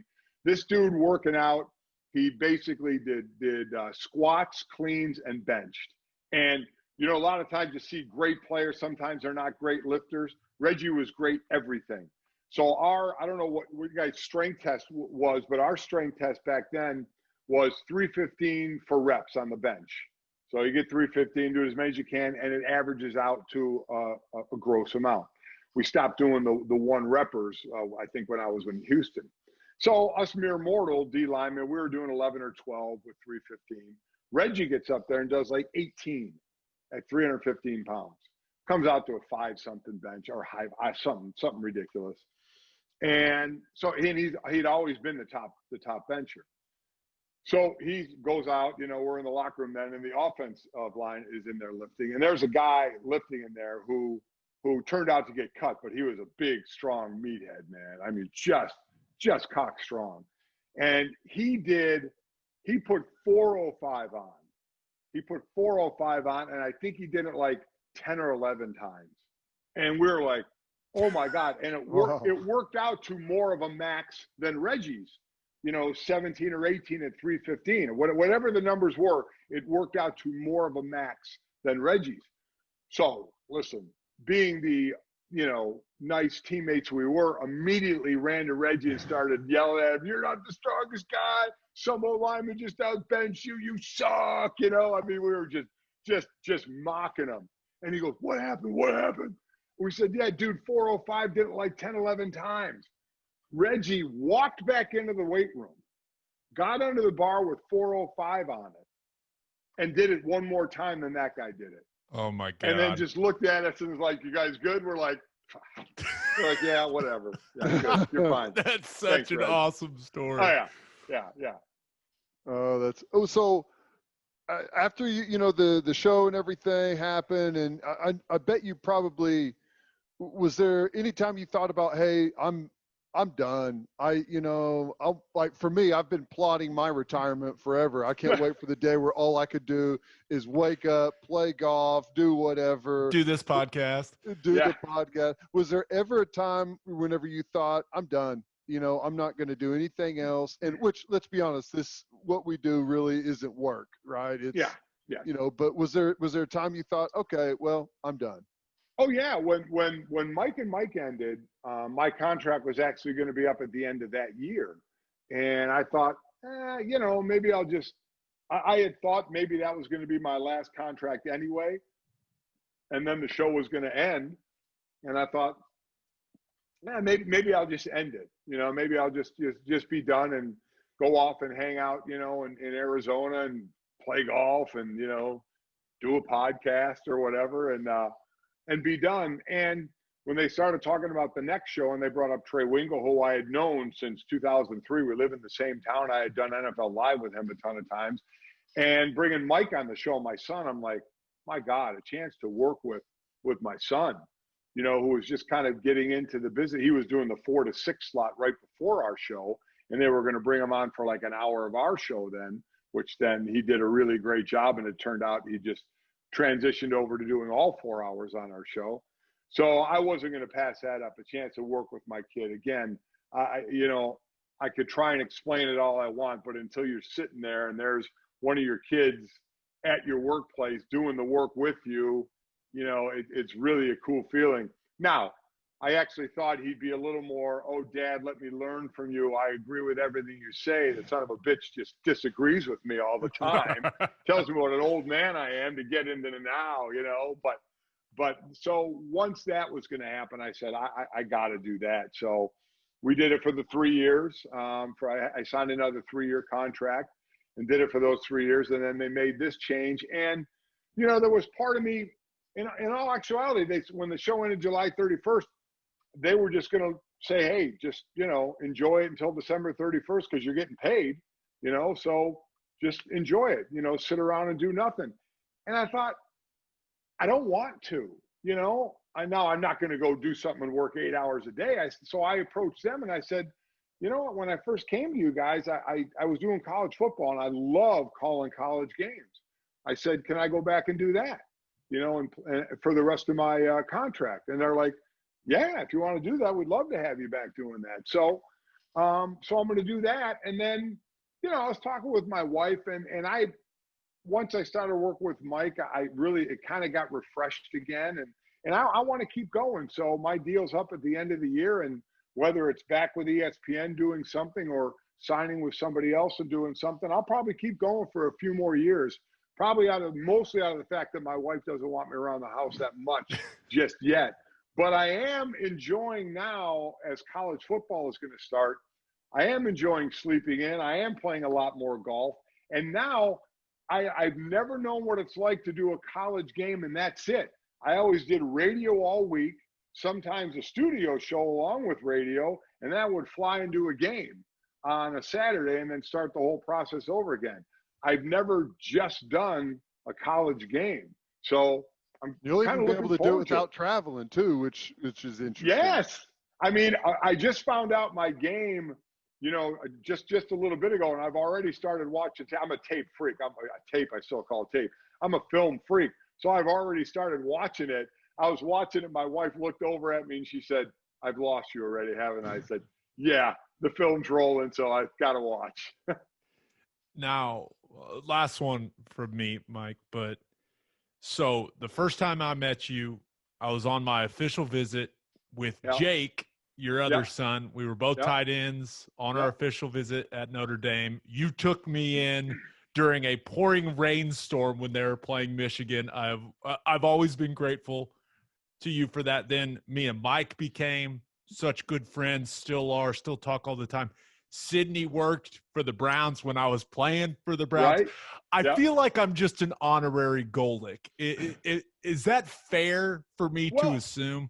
Yeah, it is now because, now Sydney swam. She was a really good athlete. Jake was a tight end, a really good athlete. At what point did you transition to a fatty?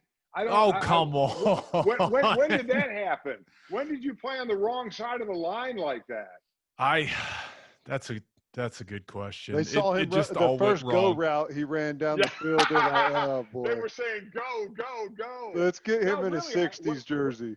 When did you transition to the O-line? Well, so it was actually after my freshman year. They came to me. We were going to run, we were going to kind of spread it out a little more. But what happened was my senior year in high school, I broke my foot in basketball. And then I re-broke my foot and had surgery, and I got cleared. I got out of a boot on June 1st, 2009. Our first day of summer workouts, June 1st, 2009. I ran like a 8:40. It was the first time I had run in like 6 months, and it was all downhill from there, Mike. So when you got to Oklahoma, what did you weigh? And when you left, what did you weigh? I was probably about 240 maybe 237, 235, like somewhere in that. And then I left, over $3 bills. It was so seriously, you became an O lineman. Did you just hate yourself? Yeah. I mean, all the time. But then I met my wife and she loved me when I was fat and so I was like, you know what? We're good here. That's when you know you got someone who really digs you, right? When they see you at your worst. I'm just being an ass right now. I'm sorry. I know. It's the D line in me. I can't help myself. I hope I'm not speaking out of place, Gabe, but hey, Mike, if once your contract's up and you need something to do, man, a third wheel on the podcast, hey, jump on in. Let's go. God, 3 voices. Is that what you really want in the podcast? Oh my God. I'm getting used to this. Listen, I'm getting used to this new world. I don't know. Now we have a family podcast, a Golic family podcast. We call it Sorry in Advance because my daughter Sydney drops the F-bomb all the time on it. We have to try and edit it out. So we're always sorry in advance, but I'm just learning it. That's a fun podcast to do, but I'm learning about this. Twitch is approached about doing some stuff. And I'm like, Twitch, isn't that like a gamer thing? I mean, I get, this is where I feel like an old man and I need some help coming into the now with some of this stuff. Okay. What's going on? This is a question I've had for a very long time. You have a full head of luxurious hair. What happened with Junior's hair? Like what happened? Like how? Very simple. He's an old lineman. I'm sorry, I had to do it. Man, I don't know because that dude, listen, you want to pull up a great, you've probably seen it already, a great picture of Mike is his mugshot when he got arrested his freshman year at Notre Dame for underage drinking. I mean, it is a head of lettuce and he looks like a murderer. I mean, just the scowl on his face and the head of lettuce that he's got. Gabe, I wish I knew. I don't know when that happened, how you can have that much hair and all of a sudden it be gone. He's stunned. I'm stunned. It's one of the few things I have over him now because he speaks better than I do. He's smarter than I am. And, you know, his career is going in a nice direction. So the only thing I can say to him now is, you're bald. You know, I got nothing else. I got nothing else for him. Oh, Mike, thank you. Thank you so much for your time, man. This was absolutely awesome. You, sir, are a legend, and I mean that. And I can only imagine all of the people that reached out to you once the run ended. I'm sure that people expressed just how much they appreciate. Just know that, I mean, you meant a ton to me, and when I got into this business, I just wanted to be like you. I know that's cheesy as shit, but it's true.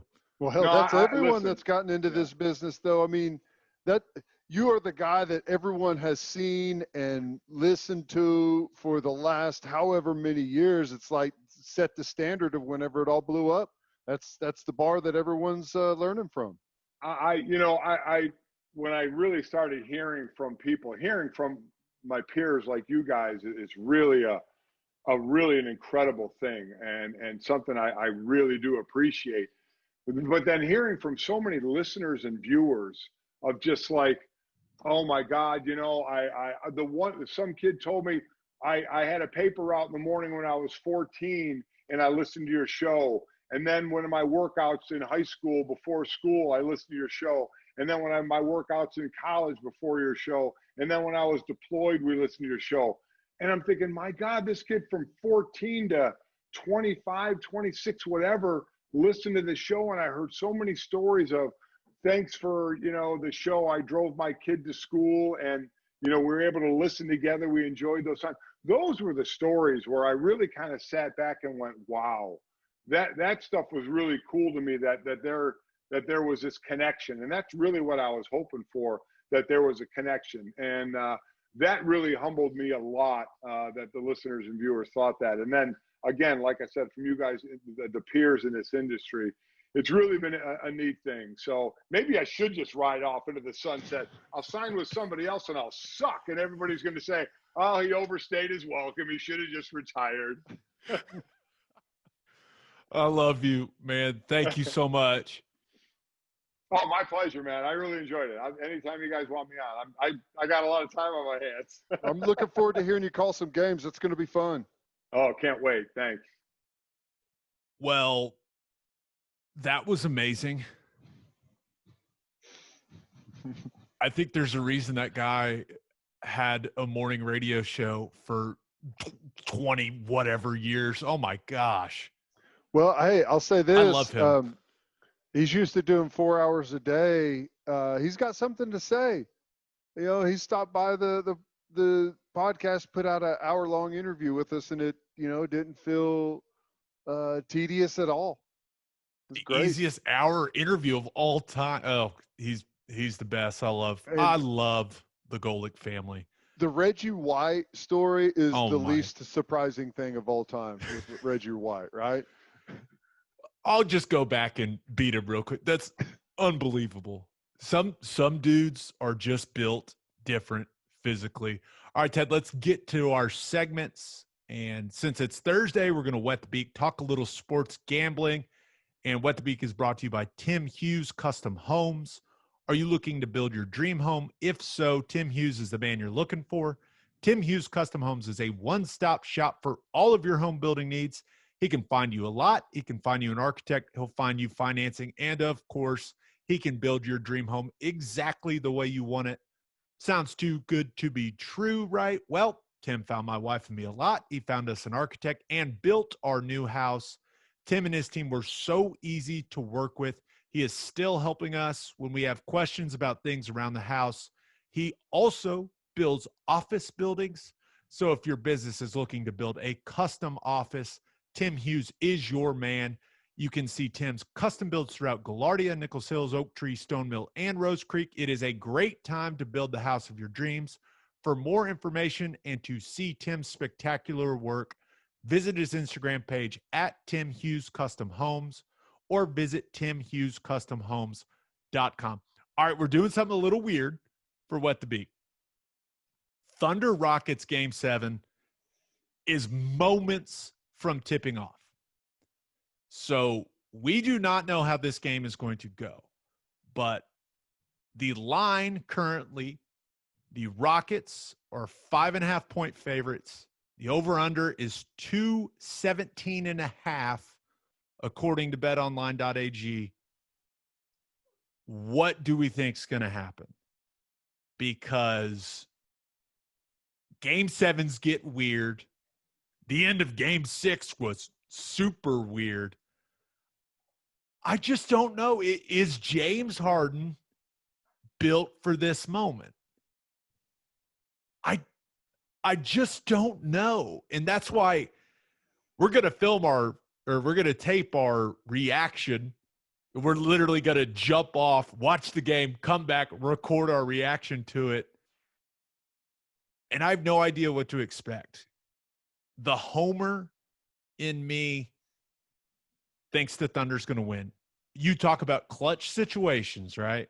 And we've talked about clutch games. We all seen the stats in the fourth quarter, all those things, but there's not a more clutch situation than a Game 7. I don't want to pick the Thunder. I certainly think they cover the 5.5. Agree. But I'm going to pick them. I'm going to pick them, and now I'm going to go watch the game, Teddy, and I may come back heartbroken. I'm scared. Well, come on, Dort. Come on, Dort. I'll definitely take the Thunder in the 5.5. I think Houston is going to win a tight game. Here's the thing about that over-under. I think that's a great number. If it goes under the 217.5, I think the Thunder win the game.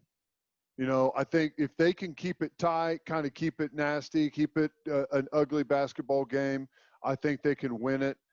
I've got to pick Houston, but I got to tell you, man, the pressure is on Houston. It's not on Oklahoma City. No kidding. I mean, you got Russell Exactly Westbrook, right. who has an opportunity to lose to the team that he just left, and that would mean he still hasn't made it out of a playoff series without Kevin Durant. The pressure's on Houston. And here's the thing. It's a make or miss team. You know, whenever you shoot the three, if you don't hit, it's going to be an ugly night. And that's how it's been for Houston. When they hit, they win big. Whenever they don't, Oklahoma City has a legitimate shot. So we'll see how it goes. I think if the game's tight, there's a chance Houston could have a little pucker factor down the stretch. And if that's the case, look out. I think another thing to watch is how the game is called. In the last game, Please don't give them all those bullshit fouls. Right. I beg you, refs. Please don't do it. Game 6, the Rockets were 9 of 12 from the line. They only shot 12 foul shots.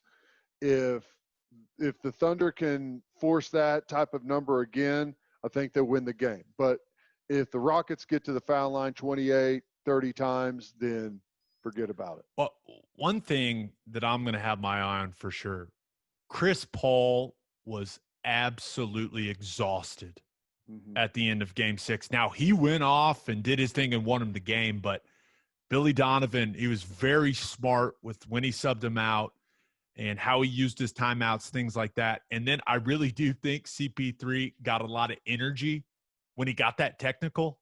Yeah. So I'm interested to see, does he run out of gas? And it may come down to this. And it always comes down to the role players, right? Harden's going to get his, CP3 is going to get his, but it could be like, who plays better, Covington or Dort? Right. That's the weird thing about game 7s. I certainly like the under. I always like the under in a game 7, but I guess we're about to find out, Ted. Here's the one more thing real quick. I think there's a bit of, the oldest cliche in all the sports, who wants it more? If you think about Houston, right, I don't necessarily know how bad they want it. Do they really think they've got a chance to win a championship? No, they don't. But the Thunder, and it's, if they lose to the Thunder, it's a disappointment. And if they lose after getting Russell Westbrook, having him and Harden on the same team, if they lose in the next round, that's a disappointment too. So part of me is like, what do they really feel like they're playing for right now? The Thunder, on the other hand, if they go out and beat Russell Westbrook, beat James Harden in a playoff series when everyone in the country left him for dead before the season tipped off, that is a win across the board. Forget about it for the Oklahoma City Thunder. So I do feel like there may be a little bit more fight late in the game from Oklahoma City than there is the Houston Rockets. Well, also keep your eye on turnovers. The Thunder can force a lot of turnovers. That could be huge when it comes to winning the basketball game. Well, all right. We'll be back either elated or I assume I may be crying. I may be crying. I don't know. We'll be right back. Well, we're back, and I think we just witnessed one of the biggest train wreck end-of-game plays in the history of Game 7s. I'm going to try to keep it together here. I'm going to try, Ted, but what the fuck was that? It was over, and then it wasn't over. Oh my God, we're gonna have a final attempt at this thing? One last heave at the basket, and I mean, okay, no offense. Why is Steven Adams even in? I don't know. I have no idea. I mean, you can have other bodies screen. There's not time to get like a tip in or something. I mean, the only reason he should be in there is if they're trying to do a lob, with the tip in at the rim because no one's fronting or they're fronting him and no one's between him and the basket. But that wasn't in their mind. I know that's what Mark Jackson kept bringing it up. Yeah, that's what he was wanting them to do. But yeah, I don't know, to not even be able to get any type of attempt was just, after we waited 30 minutes for it, was just horrible. Man, Scott Foster, he got some serious camera time. That first of all, the foul they called on Harden before the ball was inbounded, like, what? Right. He was just kind of what? like holding him by the waist as he followed him around. Yeah, when it comes down to it, he was going to say. I thought he was going to say, "You get one shot at a free throw here. If you make it, then the game's over. You just win." Okay, now this team overachieved. There's no doubt, or they maybe not overachieved, but the expectations were what they were, and the fact that we're so, I don't know if angry is the right word, but just disappointed. I haven't had time yet to be angry. I'll be angry in the morning. The one guy we can't be angry at is Lou Dort.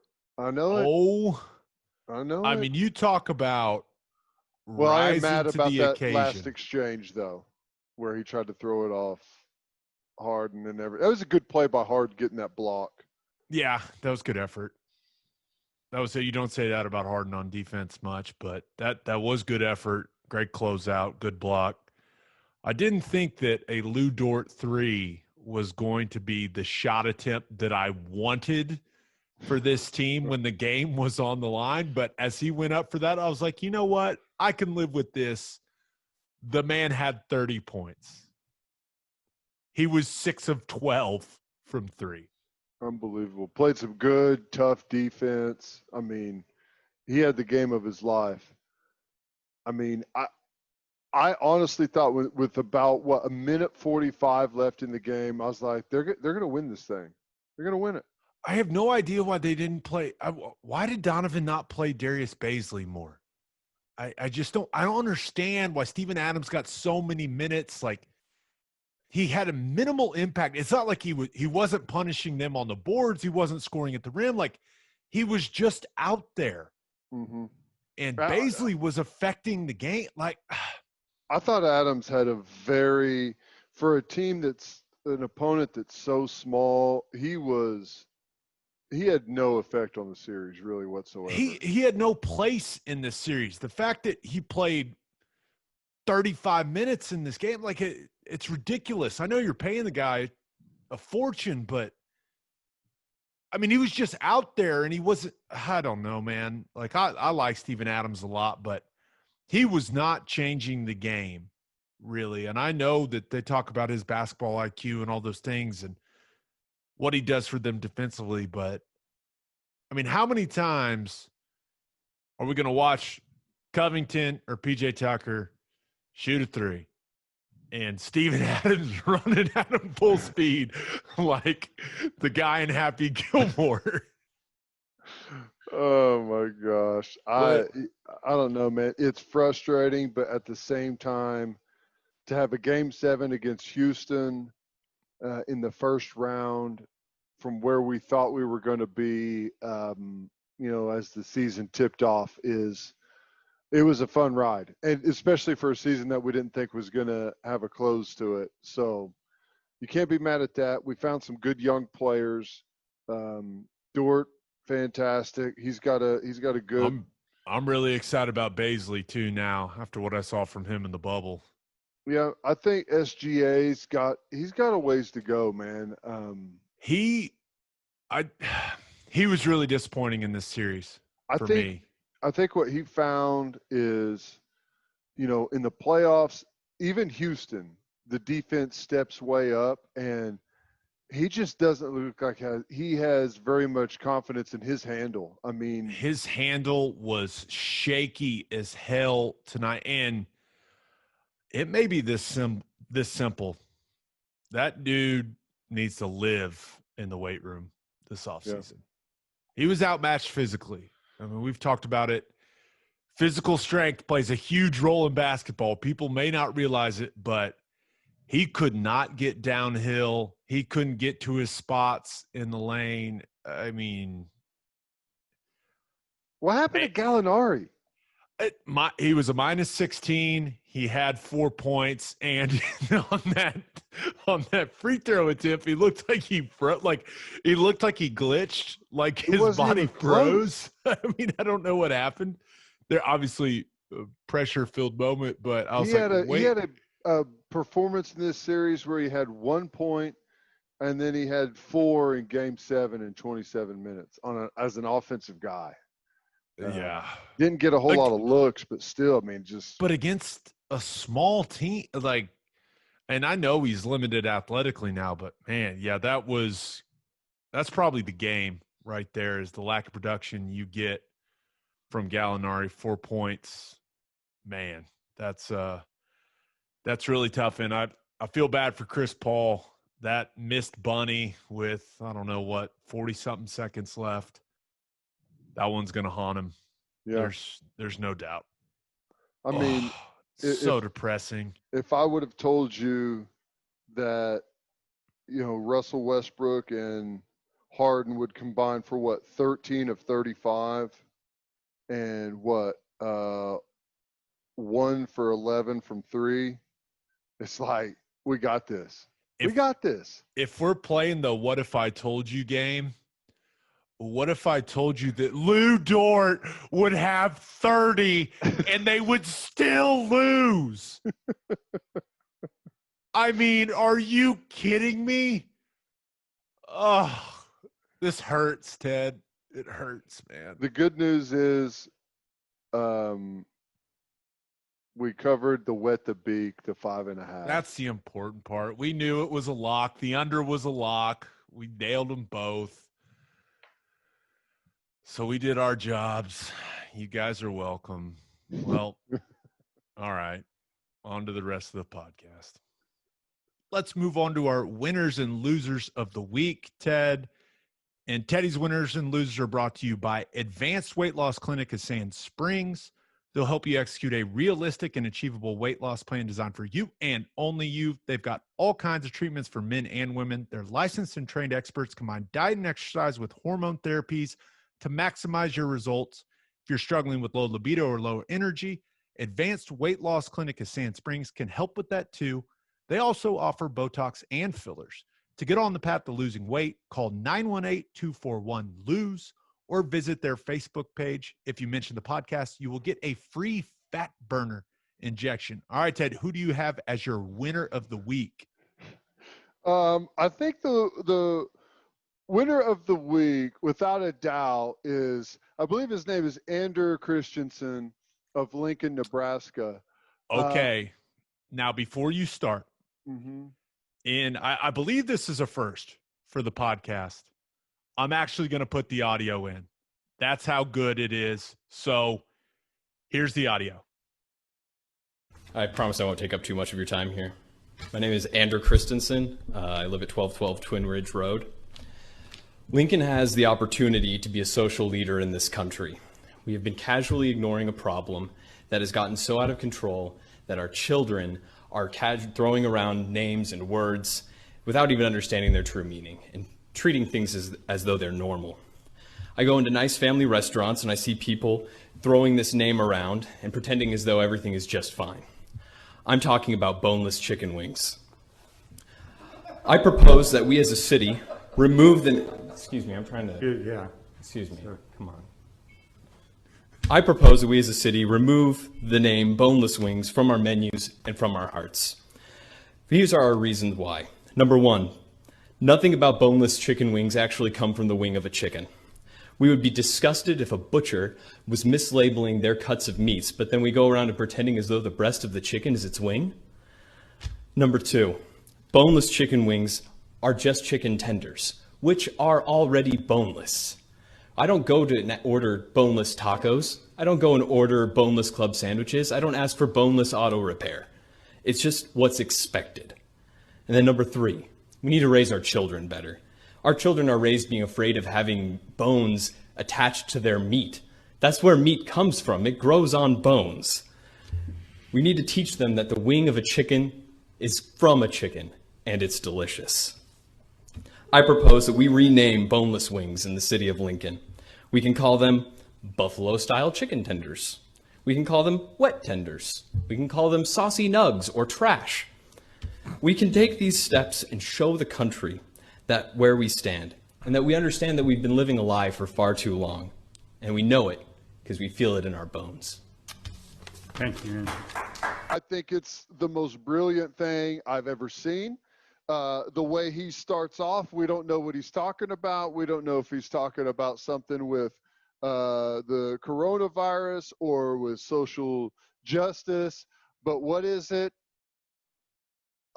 Boneless chicken wings, which we all agree is the dumbest thing in the world. We all know they are delicious, though. They're delicious. They're great. I don't care what you call them. But it's a nugget. Let's please, can we, as a society, can we at least agree to calling things what they are, right? It's not a boneless wing. It's a nugget. Yeah. I can't decide. First of all, I absolutely laughed my ass off when you sent that to me, and I couldn't decide. Where did you think he was going to be going with it? Did you know? Have any idea? I had no idea, and the best part, I couldn't decide what I liked the most. The guy that laughs and he's able to keep the straight face and be like, so, hey, I'm trying to, Excuse me, sir. I'm trying to make a point here. That was unbelievable. And then the thing that just made me lose it, the guy that was clapping at the very end, like there's one human being clapping, and I was like, I just lost it. I was like, this is the funniest thing of all time. The lady behind him too can't keep it together either. She's looking at him all serious, and then whenever he says, "I'm talking about boneless chicken wings," she loses it too. It's pretty funny. It was good unbelievable. stuff. All right, who do you have as your loser of the week, Ted? Don't know her name, but she's total loser. So here's what happens. A woman comes to the emergency room in Russia, by the way, comes to the emergency room. She can't breathe. They have to try and resuscitate her right there. She's got something lodged in her windpipe, in her throat. They don't know what it is. So finally, they figure out they've got to clear the airway.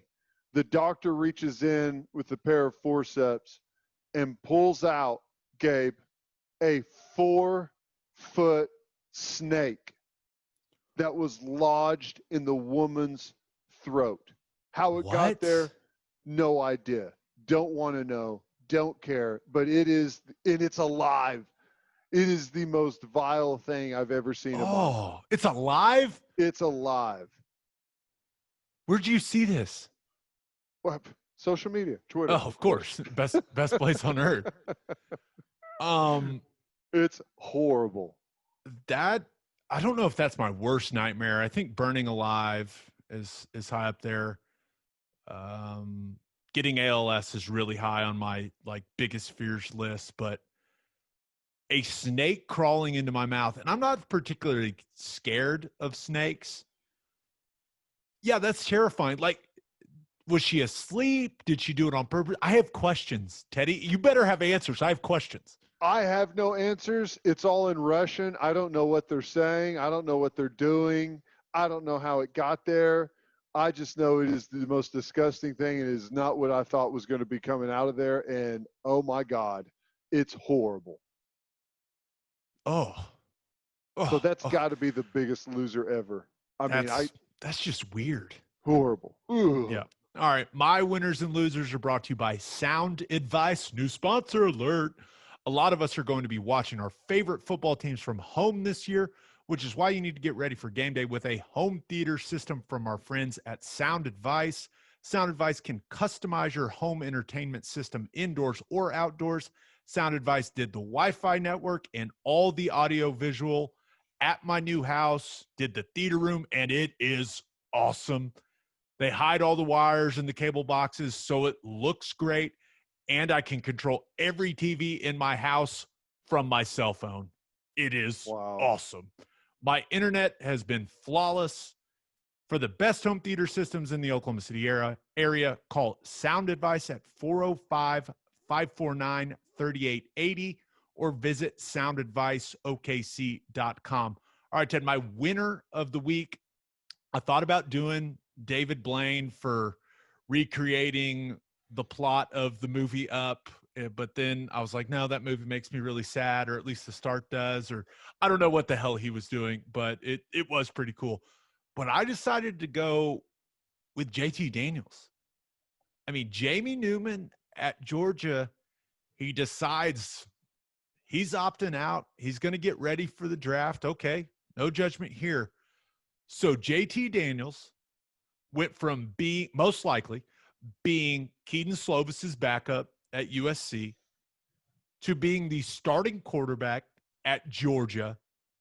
And USC isn't even playing this year. So he went from not playing for sure to being the starting quarterback for the best team in the SEC East. And he was already granted an immediate eligibility waiver like back in July. I know that there's been some questions about that ACL, how he's bouncing back from that. You know, is he ready for contact? All that. He's going to be fine. He'll be ready to play. This kid is living right, Ted. The first thing I thought whenever I saw that he was opting out was, ooh, you know who was on campus not too long ago? Fields was snooping around. Ooh. Is he opting out? Does he know something we don't know about a possible late transfer from Fields? I love that. I love that theory. That's the first thing I thought of. But you're right. JT Daniels has walked into like the perfect situation. Like you flip that around, like the opposite of that situation is Trey Sermon, who transferred to Ohio State, who's not going to play. And the guy that he was sharing time with a year ago, Kennedy Brooks, opted out. I mean, he would have been the guy at Oklahoma in the best offense in the country. So JT Daniels is the reverse Trey Sermon. Got it. Analogy established. Perfect. All right, now my loser of the week, Iowa State. Now, Iowa State came out and they said they were going to have 25,000 fans for their opener against Louisiana, which we found out our boy Mike Golic Sr. is going to be on the call of. Now, that seemed ambitious at the time, but Jamie Pollard, their athletic director, he's kind of been ahead of the curve on all this stuff. So 25,000 is around 40% of Jack Trice Stadium there in Ames. But then Jamie Pollard comes out and says, hey, we're going to allow these fans, and if you follow all the protocols, then it's possible that all our season ticket holders will be able to come to our next home game against Oklahoma. So he's like, hey, I'm putting it on the fans. You know, let's go, guys. You can do this. If you're accountable, you guys can all come watch us play the Sooners. Well, I don't know what happened, and I assume it's coronavirus number related. I didn't really dive too deep into what's going on in Iowa, but it sounds like there's been a breakout there in Ames. They went from, hey, we're going to have 25,000 for the opener, to 2 days later, their president said, nope, there will be no fans, zero at the opener. So that had to be horrible. That had to be an awful feeling if you're an Iowa State fan where you're going, oh my gosh, 25,000 of us get to go. We may even get to bring more to the next home game against OU, to all of a sudden, none. That had to be awful. It is awful. And I don't know, I don't get the reasoning. I mean, maybe there's an outbreak, and maybe what they're doing is like, we're not going to waste it on Louisiana. We're going to wait, try and get through the outbreak. We've got the bye week afterwards, and try and get prepared for the regular season a little bit better, to where we can have some bigger games later. But I don't know. It seems weird that the AD would come out and say something, and then it was like not even a day later that the president came out and said, no, actually zero. Yeah.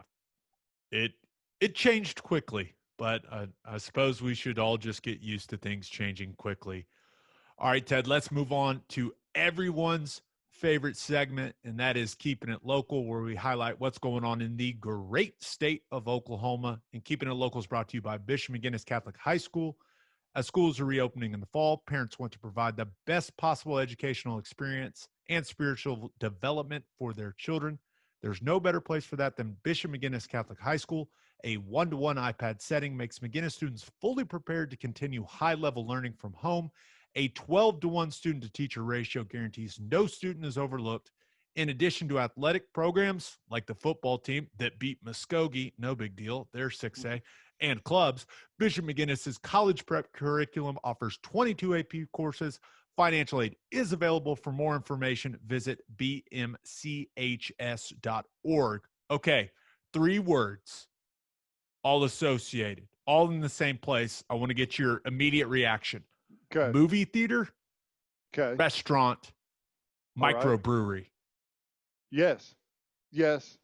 Yes. Perfect. I thought you would say that. So I knew you would enjoy that combination. And I think a lot of people in the Oklahoma City area are going to enjoy it.